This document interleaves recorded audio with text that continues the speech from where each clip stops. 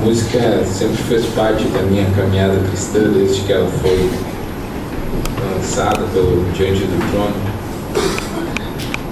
E são coisas que são muito importantes nós entendermos. Tudo é a respeito do amor de Cristo. Pode tirar, Tiago, depois eu peço para te botar. Tudo é a respeito do amor de Jesus. Tudo é a respeito de Jesus. O quanto Ele nos ama. Não importa o que é pregado aqui nesses púlpitos, se não for pregado o amor de Cristo, se não for pregado a vida com Jesus, não vale. Não vale. Tudo tem que conduzir a Cristo. É Ele quem nos dá a salvação, é Ele quem nos livra, é Ele quem nos cura, quem nos restaura, é Ele que nos chama a um compromisso com Ele.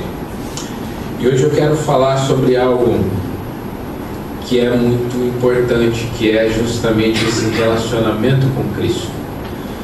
E eu quero falar sobre o último casamento.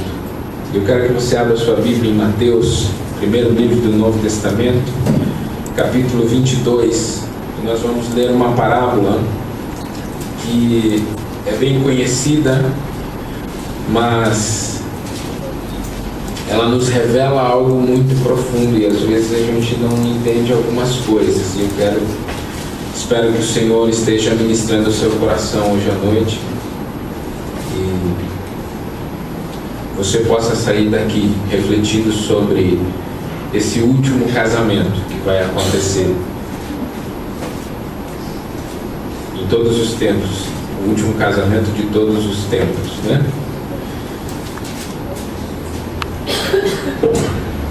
Se você não trouxe Bíblia, você pode acompanhar ali, não tem problema, não é pecado, ok? Você pode ler ali na tela.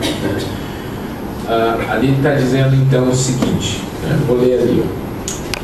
De novo entrou Jesus a falar por parábolas, dizendo-lhes: o reino dos céus é semelhante a um rei que celebrou as bodas de seu filho. Então enviou os seus servos a chamar os convidados para as bodas, mas estes não quiseram vir. Enviou ainda outros servos com esta ordem: dizei aos convidados: eis que já preparei o meu banquete, os meus bois e cevados já foram abatidos e tudo está pronto. Vinde para as bodas. Eles, porém, não se importaram e se foram, um para o seu campo, outro para o seu negócio. E os outros, agarrando os servos, os maltrataram e mataram. O rei ficou irado e, enviando as suas tropas, exterminou aqueles assassinos e lhes incendiou a cidade. Então disse aos seus servos: está pronta a festa, mas os convidados não eram dignos. E depois para as encruzilhadas dos caminhos e convidai para as bodas a quantos encontrardes. E saindo aqueles servos pelas estradas, reuniram todos os que encontraram, maus e bons, e a sala do banquete ficou repleta de convidados. Entrando, porém, o rei para ver os que estavam à mesa, notou ali um homem que não trazia veste nupcial. E perguntou-lhe: amigo, como entraste aqui sem veste nupcial? E ele emudeceu. Então ordenou o rei aos serventes: amarrai-o de pés e mãos e lançai-o para fora nas trevas. Ali haverá choro e ranger de dentes, porque muitos são chamados, mas poucos escolhidos. Até aqui. Vamos orar mais uma vez. Pai, muito obrigado, Senhor, por podermos cultuar o Teu nome. É um privilégio nosso, Pai. É um privilégio, Senhor, podermos ministrar a Tua palavra, podermos ouvir a Tua voz, Senhor, e lembrar que o Senhor é aquele que nos chama todos os dias a uma comunhão de intimidade com o Senhor, Pai. Nos ajude mais uma vez, Senhor, como igreja, a entendermos a Tua palavra e, Senhor, a respondermos ela como o Senhor deseja que respondamos. Que essa palavra possa penetrar no coração de cada um e chamar cada um, Senhor, a um envolvimento real e profundo com o Senhor, Pai. Assim nós oramos em nome de Jesus. Amém. Amém. Irmãos, não é novidade para ninguém que nós vivemos tempos difíceis, né? Eu preguei sobre isso algum tempo atrás e são tempos cheios de desafios, cheios de desafios. O Senhor Jesus nos falou sobre esses tempos. O Senhor Jesus, e não só Ele, mas os discípulos, os apóstolos, Pedro, João, né? Paulo, a Bíblia nos ensina sobre esses dias onde os valores seriam invertidos,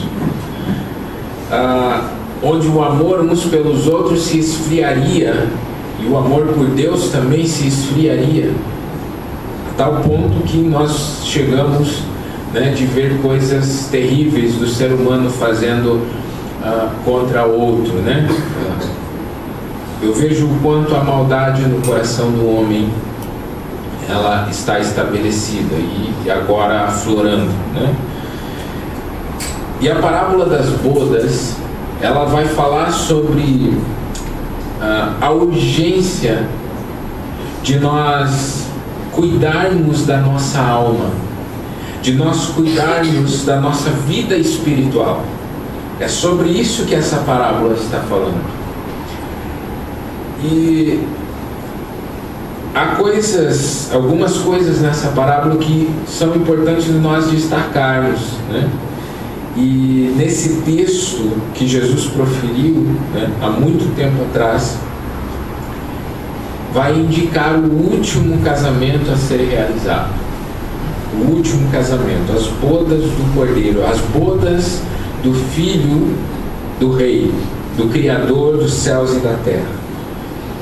E a primeira coisa que eu quero identificar aqui, né, é o convite. É o convite. A humanidade, ela chegou num ponto onde ela escolhe a perversidade, ela sempre escolheu. Mas hoje, como nós temos acesso, né, uma mídia que você vê o que acontece em tempo real do outro lado do mundo, você vê a perversidade dos homens, né? A Pri não gosta que eu falo, né? Mas que coisa terrível. Ela diz, nem me conta, não quero saber o que tu viu, né, na internet. Porque às vezes você vê alguns vídeos assim que são terríveis, né? Eu não sei se você teve a oportunidade de ver um vídeo do Estado Islâmico, do ISIS. Não vejo, realmente, a Priscila está certa, não vejo, porque é terrível, né? É terrível. Nós não vivemos essa realidade, mas eu disse para ela, meu Deus, isso só revela o que está no coração do homem, só revela o que está no coração do homem. Como que um ser humano, em nome de seu Deus, ele consegue fazer um vídeo promocional abatendo pessoas, criando um abatedouro, né, igual existe para bois, para vacas, criando para pessoas, né, e mostrando aquilo com honra, com glória, né, dizendo: os infiéis precisam receber isso como recompensa, ensinando um vídeo institucional de como matar pessoas da melhor forma. O que chegou o coração do homem? O que chegou? E o convite de Jesus, do Evangelho, é justamente o contrário. Não é para machucar pessoas, mas é para amar pessoas. Não é para ofender pessoas, mas é para viver uma vida que abençoe pessoas. E o Evangelho de Jesus é que é perseguido, né? O homem, ele deseja o mal. O homem deseja o mal. E quando eu olho para essa parábola, né? Essa parábola que é um chamado, né, a nós participarmos desse casamento, desse último casamento. Eu vejo que o Evangelho de Jesus Cristo é um chamado diário, um convite diário a todos nós para termos um relacionamento profundo com Jesus. Quando a gente canta as minhas fraquezas, né? Essa música está falando das fraquezas que eu tenho, e o amor de Jesus nos cura. Mas e se não temos esse relacionamento com Cristo, quem nos lembrará sobre a cura que existe para as nossas fraquezas, para os nossos medos, para aquilo que nos atormenta dia e noite? Nós precisamos do Evangelho de Jesus Cristo. E o último casamento fala sobre isso, de pessoas que vão se casar, a igreja que vai se casar com Cristo, porque ela já tem um relacionamento profundo com Jesus. O casamento é intimidade, nós sabemos disso. É conhecer o modo de pensar da outra pessoa. Isso é casamento. E é por isso que a Bíblia, ou na Bíblia você vai ver muitas figuras representando ou fazendo analogia do casamento, né, entre um homem e uma mulher, com o casamento de Cristo e a igreja. É o símbolo. Não há figura mais perfeita no mundo do que o relacionamento de um homem e uma mulher com o relacionamento de Cristo com a igreja. Precisa haver intimidade.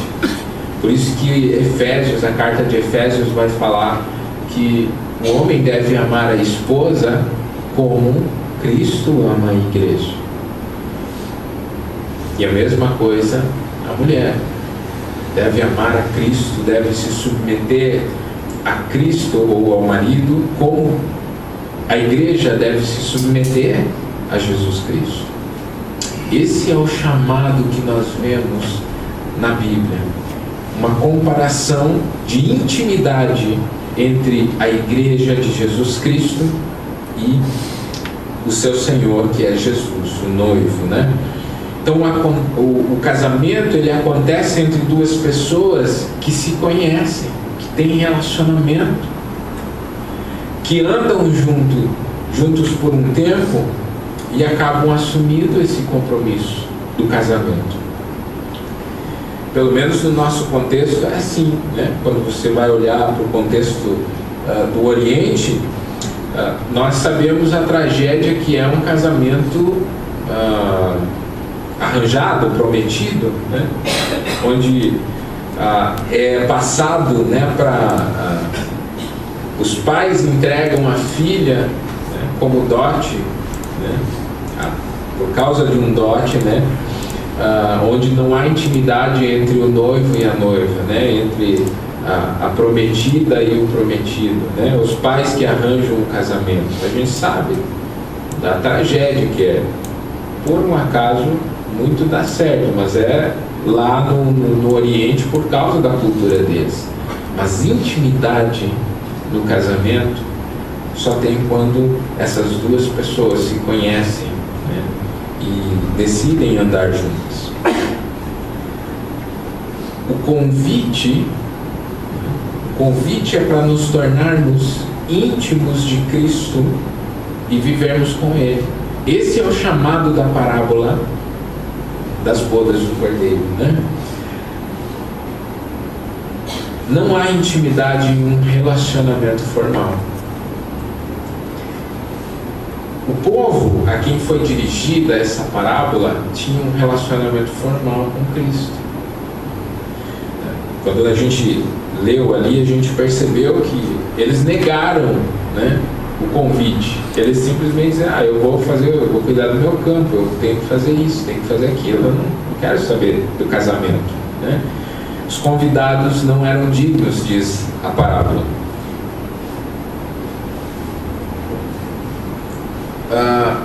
Jesus estava dizendo o seguinte para esse povo: que o reino dos céus tinha chegado até o povo de Israel, o povo judeu, a quem foi essa parábola, né? A eles, através de Jesus, tinha chegado a eles, e o povo de Israel não se importou. Esses carinhas que desprezaram, disseram: não, eu vou cuidar do meu campo, né? Era o povo de Israel. Jesus estava dando uma cutucada ali, né, neles, para que eles entendessem que eles estavam rejeitando, né, o convite para o casamento. Israel não se importou, inclusive matando pessoas que anunciavam esse casamento, que a gente entende ser os discípulos depois, né, aqueles que a igreja, né, que foi perseguida. Então, e a própria morte e ressurreição de Jesus é um reflexo disso. Eles rejeitaram aquele convite para participar das bodas do Cordeiro. Então, Jesus profetiza nessa mesma parábola de que a destruição de Jerusalém, né? Nós encontramos em Mateus 24 mais referências ali, nós vamos ver mais para frente, mas Jesus profetiza a destruição de Jerusalém como resultado dessa negação do convite, que eles negaram, né? Não quiseram.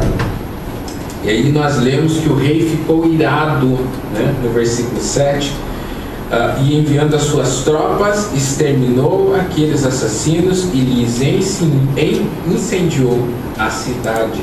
Ok? Isso aconteceu no ano 70 depois de Cristo, logo depois ali, né? Com o imperador Nero e o comandante Tito, né? Que invadiu Jerusalém e destruiu a cidade, né? Só para você ter ideia do tamanho da destruição que se abateu sobre o povo judeu, eu pesquisei alguns quadros e algumas ilustrações. Tiago pode pôr ali aquela imagem que estava no início. Aí é o Monte do Templo, né? Onde nós percebemos que Roma entrou e destruiu Jerusalém, a cidade. Destruiu. Mais de 1 milhão de judeus foram mortos. Mais de 1 milhão de judeus morreram no cerco de Jerusalém. Quase 100 mil foram levados cativos, como escravos. Saquearam o templo, destruíram tudo ali. A parábola já profetizava isso, né? Jesus já dizia.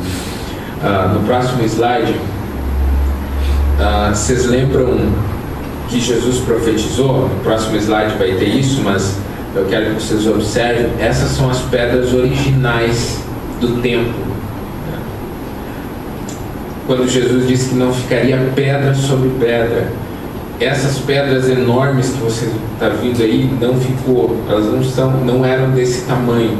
Existem pedras lá de mais de 5 metros de comprimento, inteiras, enormes, né? Não ficou, elas ficaram assim. O templo foi destruído, saqueado, né? O lugar santo de Jerusalém, né? do povo judeu. Põe o próximo slide. O versículo que Jesus fala, né, de Mateus 24, diz assim, tendo Jesus saído do templo, ia se retirando quando se aproximaram dele os seus discípulos para lhe mostrar as construções do templo. Ele, porém, lhes disse, não vedes tudo isso? Em verdade vos digo que não ficará aqui pedra sobre pedra que não seja derrubada. Jesus profetizou isso, né, logo depois de ele falar essa parábola. José, um historiador judeu, tá? Nem era cristão, ele testemunha isso. Ele lançou aquele livro Guerra dos Judeus em 75 depois de Cristo, 5 anos depois do ocorrido. E ele diz assim, ó: ora, uma vez que César não foi de modo algum capaz de conter a entusiástica fúria dos soldados, e o fogo avançava mais e mais, assim foi a sagrada casa queimada, sem a aprovação de César. Está lá no livro, né? Ora, tão logo o exército não teve mais pessoas para matar ou saquear, César deu ordens para que não demolissem mais a cidade inteira e o templo. Assim que foi a história contada por não cristãos. A destruição que teve em Jerusalém por causa da negação do convite para as bodas. Isso aqui foi um arraso para os judeus, né? Os judeus passaram por muita dificuldade a vida inteira, né? Porque eles sempre rejeitaram a Deus, sempre rejeitaram o convite de ter uma vida de intimidade com o Senhor. Jerusalém foi destruída. Foram tempos extremamente difíceis para os judeus e cristãos, né, da época, mas os judeus sofreram algo assim que é indescritível, né? Uma fome sem descrição. Tanto é que o próprio Joséfo relata, pode passar, Jesus diz assim em uma profecia, né, de Mateus 24: ai das que estiverem grávidas e das que amamentarem naqueles dias. Era uma profecia também para o que vai acontecer no final dos tempos, mas isso aconteceu naqueles dias. Olha o que esse Joséfo relata: então ela, uma mãe daquela época, tentou a coisa mais natural e, agarrando o seu filho, que era uma criança de peito, disse: ó pobre criança, para quem eu te preservarei nessa guerra, nessa fome e nessa rebelião?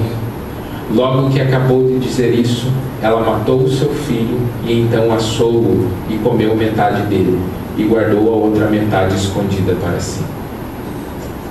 Essa era a realidade daquela época.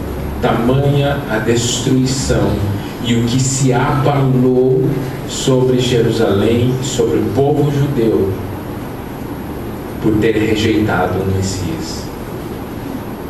É terrível, são palavras duras, palavras pesadas, mas como eu disse, não é porque não está acontecendo aqui com a gente que isso não está acontecendo no mundo. Acontece ainda hoje, apenas a gente não está nesse meio. E irmãos nossos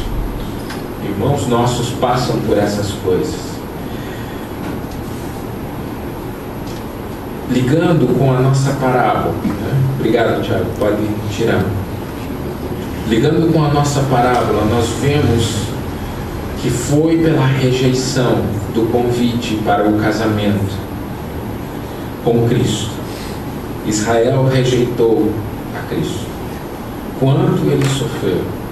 Quanto ele sofreu por rejeitar o convite? Desprezar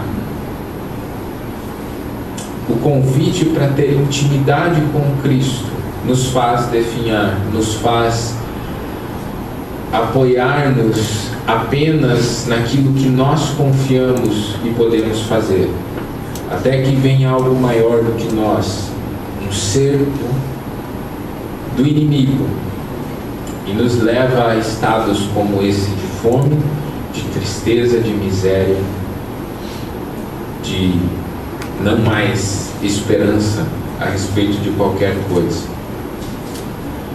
O Senhor Jesus, ele chamou e ainda hoje chama a cada um de nós para esse casamento. E o convite, ele é carregado de uma afirmação muito importante que nós precisamos compreender. O nosso coração não precisa temer.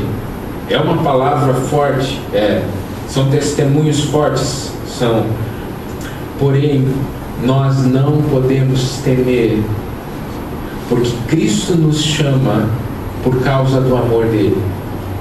E ele nos diz algo muito profundo nessa parábola. No versículo 4, no final, ele disse: tudo está pronto, vinde para as bodas. É o convite. Está tudo pronto. Não tem mais o que ser feito. Apenas a nossa resposta diante desse convite que Jesus Cristo nos faz. Não falta nada. Apenas estabelecer esse relacionamento de intimidade e profundidade com Jesus como prioridade na nossa vida. É isso que precisamos fazer. E é a primeira coisa que nós precisamos atentar ao olhar para essa parábola: o convite. Esse convite está sendo feito todos os dias para nós. Venham ter comunhão comigo, venham ter intimidade comigo. Deixe as outras coisas de lado. Você pode separar um tempo para me conhecer. Você pode. E esse é o desafio desses tempos. Encher você de atividade, ou não é o desafio, é o que o mundo está fazendo. Encher você de atividade suficiente para você rejeitar o convite de ter intimidade com Jesus Cristo. E nós precisamos responder a esse chamado, porque vai chegar um dia em que o casamento ele vai acontecer, né? O casamento do Cordeiro, o último casamento, a última esperança vai chegar. Irmãos, está tudo pronto. É isso que o texto nos diz. Está tudo preparado. Jesus disse: eu vou para o Pai e eu vou preparar morada para vocês, e eu venho para buscar. Esse é o casamento. Esse é o casamento. A segunda coisa intrigante dessa parábola, e ao mesmo tempo é um alerta, né? Um alerta para todos nós, é o que está nos versículos 11 e 12, que diz o seguinte: entretanto, isso aqui já é para nós, né? Agora ele puxa, falou para os judeus, falou dos judeus, e agora ele puxa: saiam, vão, convide quem vocês acharem pelas ruas. Agora está falando da igreja, está falando de todos.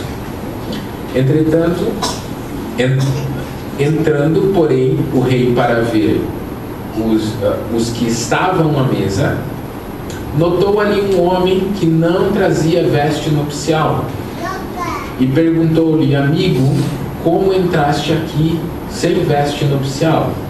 E ele emudeceu.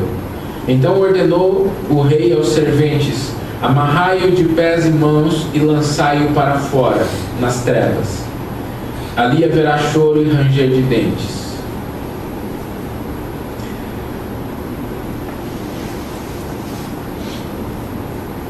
Mas eu saí no frio para escutar uma palavra dessa, né? Irmãos, é sério. Que bom que você veio. Porque esse é um chamado não para vocês. Quando eu me deparo a fazer uma mensagem dessa, eu digo: Senhor, tem misericórdia de mim, porque eu tenho que ministrar isso. Mas eu sou responsável da mesma maneira por viver isso. Vestes apropriadas. Vestes apropriadas. Ah, é o terninho, gravata, né? Mulher de vestido, cabelo comprido. Não tem nada a ver com isso. A Bíblia não ensina isso, não. Pode ficar tranquilo. Ensina sobre o coração. Essa parte, então, das bodas do Cordeiro está falando para toda a igreja, para todas as pessoas. E existe um fato muito importante que você tem que gravar aqui. Talvez essa seja a parte mais assustadora dessa parábola, porque isso sempre me intrigou. Como é que esse cara estava lá dentro? Como esse cara estava lá sem vestes nupcial? E o que isso significa? o fato é que frequentar uma igreja não o torna apto para entrar no reino dos céus. Frequentar uma igreja não o torna apto para entrar no reino dos céus. Havia um homem na festa que não usava roupas adequadas para estar na presença do rei. O que seriam essas vestes? Com toda certeza, é um coração. Nós podemos identificar, né, essas vestes apropriadas ao novo nascimento, a um coração que foi transformado pelo Evangelho de Jesus Cristo, e essa pessoa nasceu de novo por entregar a sua vida a Jesus. Vestes apropriadas são um coração transformado pela cruz de Jesus. Isso são vestes apropriadas. E é por isso, irmãos, preste atenção, palavra pesada, porém real. Porque se eu vir aqui e eu falar que vai tudo bem, está tudo tranquilo, viva a sua maneira, eu vou estar falando uma mentira. E eu vou estar pecando. Eu tenho que falar o que a Bíblia ensina. E de vez em quando eu tenho esse ministério, né? Ministério da paulada, que nem diz alguns aí. Tem que ter. Porque isso nos confronta. Por isso, irmãos, que muitos que frequentam as igrejas, mesmo vindo todos os domingos, de manhã, de tarde e de noite, mesmo assim eles serão lançados no inferno, infelizmente. João 3,3 vai falar, Jesus nos ensina que se não nascermos de novo, se não tivermos vestes apropriadas, nós não podemos ver o reino de Deus. Não tem como ver. Se você não entregar a sua vida verdadeiramente a Cristo, se você não entregar os teus caminhos a Ele, você é apenas um intruso nas festas. Vai ser joio no meio do trigo. Jesus ensinou de diversas maneiras isso. E é uma realidade assustadora, me assusta. Porque Mateus 7 diz que até mesmo aqueles que expulsam demônios, aqueles que fazem milagres em nome de Jesus, se não tiverem intimidade com Cristo, Jesus vai dizer, eu nunca vos conheci, se apartem de mim. Irmãos, o Evangelho é uma coisa muito séria, muito séria.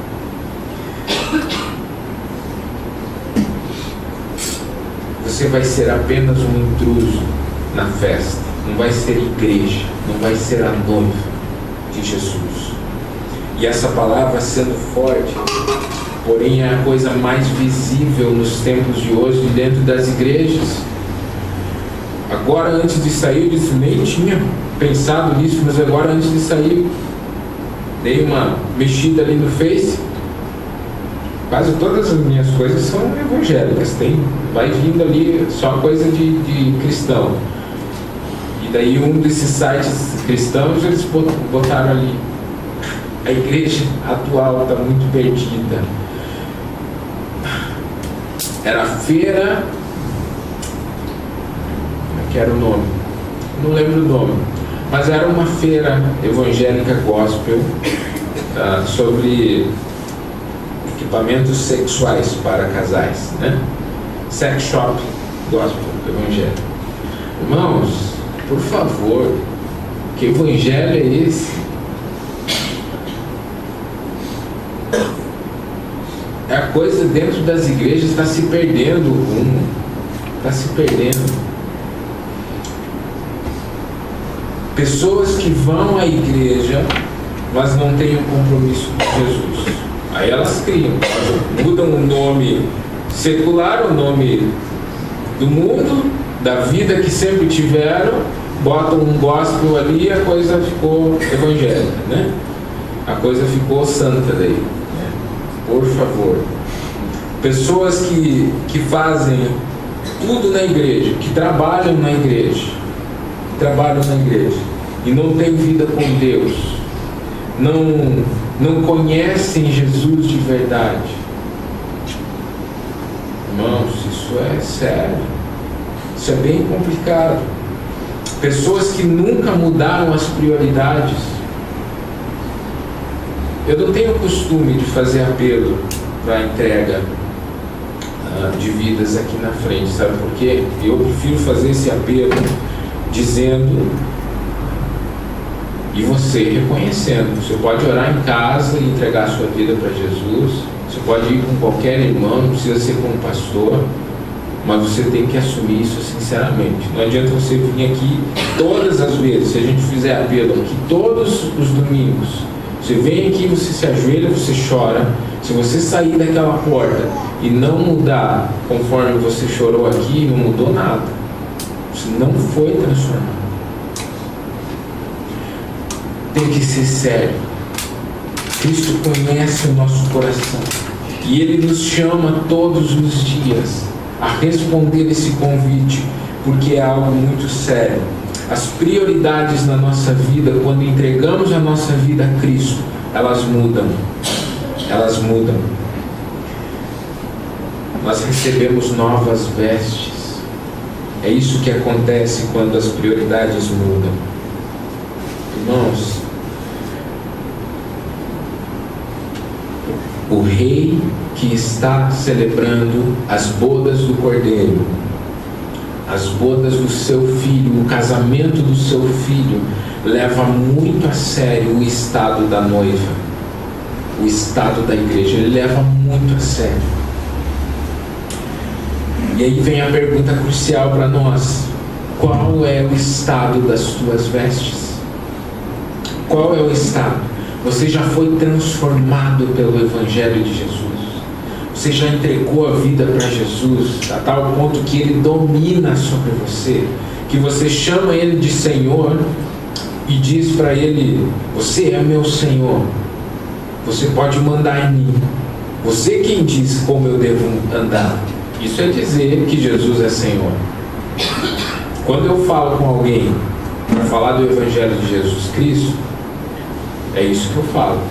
Deixa eu te dizer, você tem que fazer isso, você tem que se arrepender dos seus pecados, você tem que aceitar Jesus como Senhor da sua vida, mas deixa eu te explicar o que significa aceitar a Jesus como Senhor da sua vida. Porque eu não quero fazer uma oração de entrega com alguém apenas por fazer.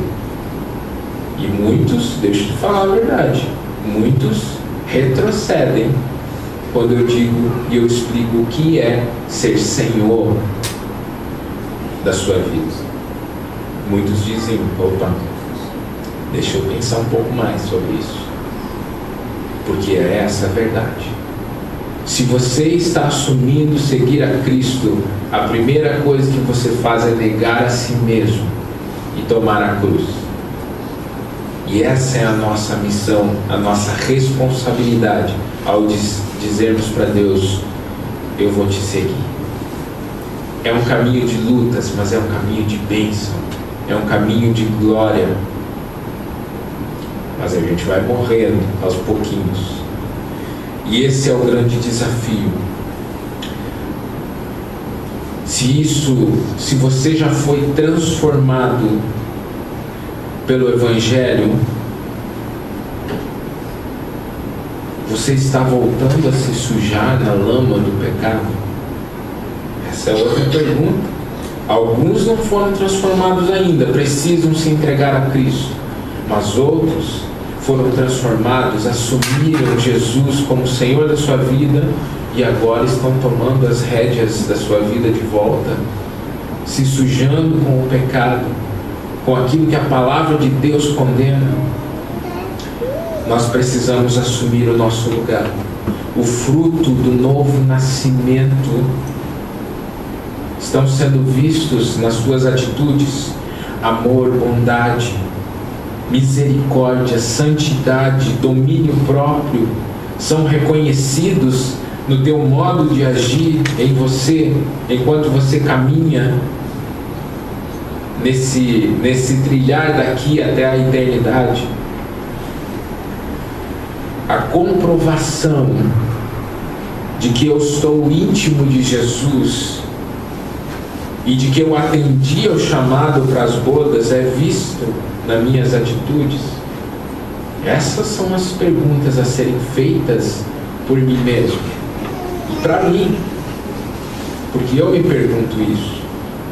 Eu me pergunto: será que eu deixei de falar as coisas perversas que eu falava antes de nascer de novo?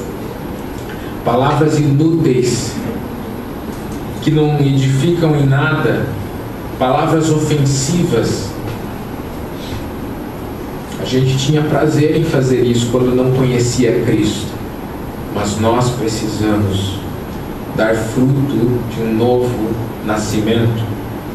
Será que eu deixei de ter atitudes que não convém a um seguidor de Jesus, que diz que ama Jesus, ao ponto de buscar Ele mais do que qualquer prazer terreno que você já teve?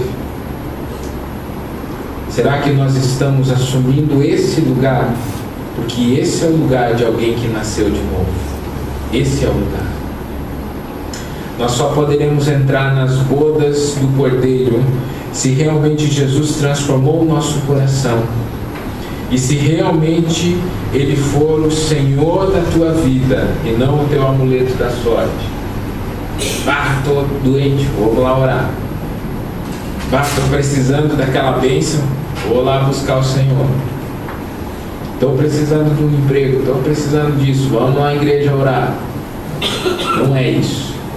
Não é esse o desafio de seguir a Cristo. Irmãos, o Salmo 15 é o reflexo de alguém que ganhou vestes apropriadas para o casamento com o filho do rei. Vamos ler o Salmo 15. Quem, Senhor, habitará no teu tabernáculo? Quem há de morar no teu... O que vive com integridade e pratica a justiça e de coração fala a verdade, e o que não difama com a sua língua, não faz mal ao próximo, nem lança injúria contra o seu vizinho, o que aos olhos tem por desprezível o réprobo, aquele que retorna da sua fé, mas honra aos que temem ao Senhor, o que jura com dano próprio e não se retrata, o que não empresta o seu dinheiro com usura, nem aceita suborno contra o inocente. Quem desse modo procede não será jamais abalado. Todos esses itens não podem ser alcançados pelo homem natural. Não podem. O homem vai falhar quando ele tentar viver dessa maneira. Sem Cristo ele não consegue. Um coração renovado, que nasceu de novo, vai conseguir viver assim. Porque Cristo nos muda e nos transforma para vivermos uma nova vida. Existe um convite, irmãos, que está sendo feito ao redor do mundo. Um convite para conhecer intimamente aquele que é o Salvador de todo aquele que confessar o seu nome. Atender a esse convite é o nosso desafio. Atender esse convite é aceitar uma nova vida com um novo padrão de valores e uma nova forma de caminhar. O caminhar de um cidadão que vai morar no céu, que vai morar no santo monte de Deus. Isso é aceitar o convite. Eu quero que você medite. Eu quero encerrar. Medite num último pensamento. Vocês lembram, né, que Moisés se chegou a Deus, viu uma sarça ardendo que não se consumia, e ele foi se achegar perto do Senhor, né? Era Deus, viu uma voz dali falando, era Deus falando com ele. e Deus fala o seguinte: tira as sandálias dos teus pés, porque esse lugar é santo. Se Deus mandou tirar as sandálias dos pés, porque o lugar que ele estava era santificado pela presença de Deus, por que nós achamos que Deus toleraria nós ficar praticando coisas que antes nós praticávamos e era ofensivo a Deus? Afinal, Deus se revela da seguinte maneira na palavra: Deus não muda e nele não há sombra de variação. A santidade de Deus não mudou nem um pouquinho. E eu temo ao falar isso, porque ele está dizendo o seguinte: eu sou o Deus Santo que mandou Moisés tirar as sandálias só porque ele chegou perto daquela sarça ardendo. Mas hoje nós temos a coragem de fazer coisas diante do Senhor, sabendo que Ele nos vê. Temos coragem de fazer certas coisas e não temos nem um pouco de temor desse Deus que é santo. Irmãos, nós precisamos rever a nossa caminhada com Cristo, porque as bodas do Cordeiro vão acontecer. Em algum momento da história, Cristo vai voltar. Está tudo pronto. E Ele está convidando a todos: vem. Que nós possamos não rejeitar esse convite. O Ministério de Louvor pode vir à frente. Eu quero orar com os irmãos.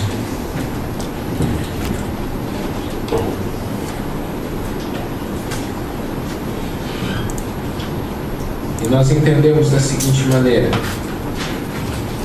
que Cristo, Ele está nos chamando para um relacionamento de intimidade com o Senhor. E eu não sei se você, creio não, tenho certeza que a maioria já entregou a vida para Cristo. Mas eu não sei se você tem esquecido dessas vestes de cuidar da sua alma.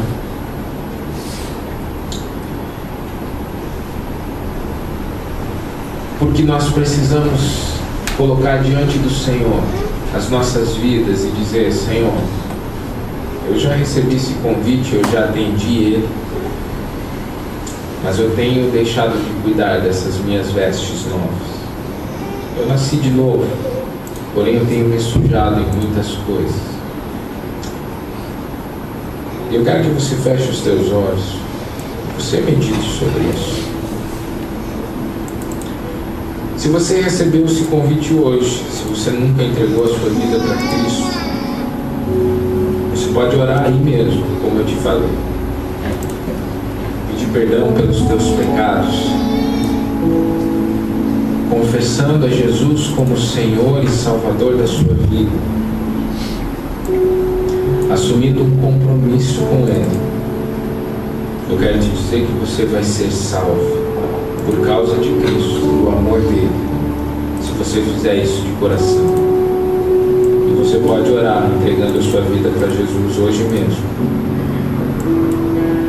Mas se você recebeu esse convite há muito tempo, já aceitou a Cristo como Senhor da sua vida, porém você voltou a sujar-se nessa lama do pecado, numa prática de vida que não agrada a Deus, é hora de lavar-se no sangue de Jesus. É hora de dizer: perdão, Senhor, porque eu não cuidei da minha vida espiritual. E resgatar esse compromisso assumido com Cristo. Eu quero que você olhe aí onde você está. Deus ouvirá a tua oração. E enquanto cantamos,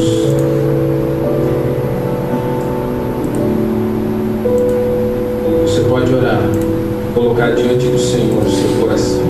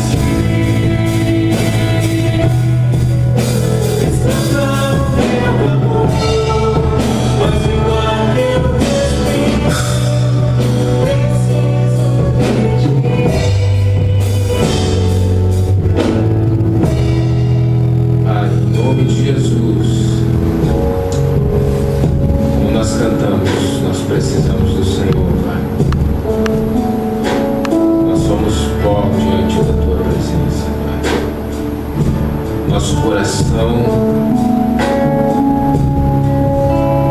às vezes escolhe tanto, Senhor, o caminho mau.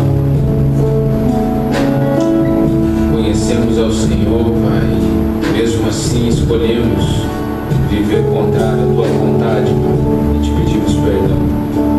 Precisamos do Teu perdão, Senhor, precisamos da Tua glória nos restaurando.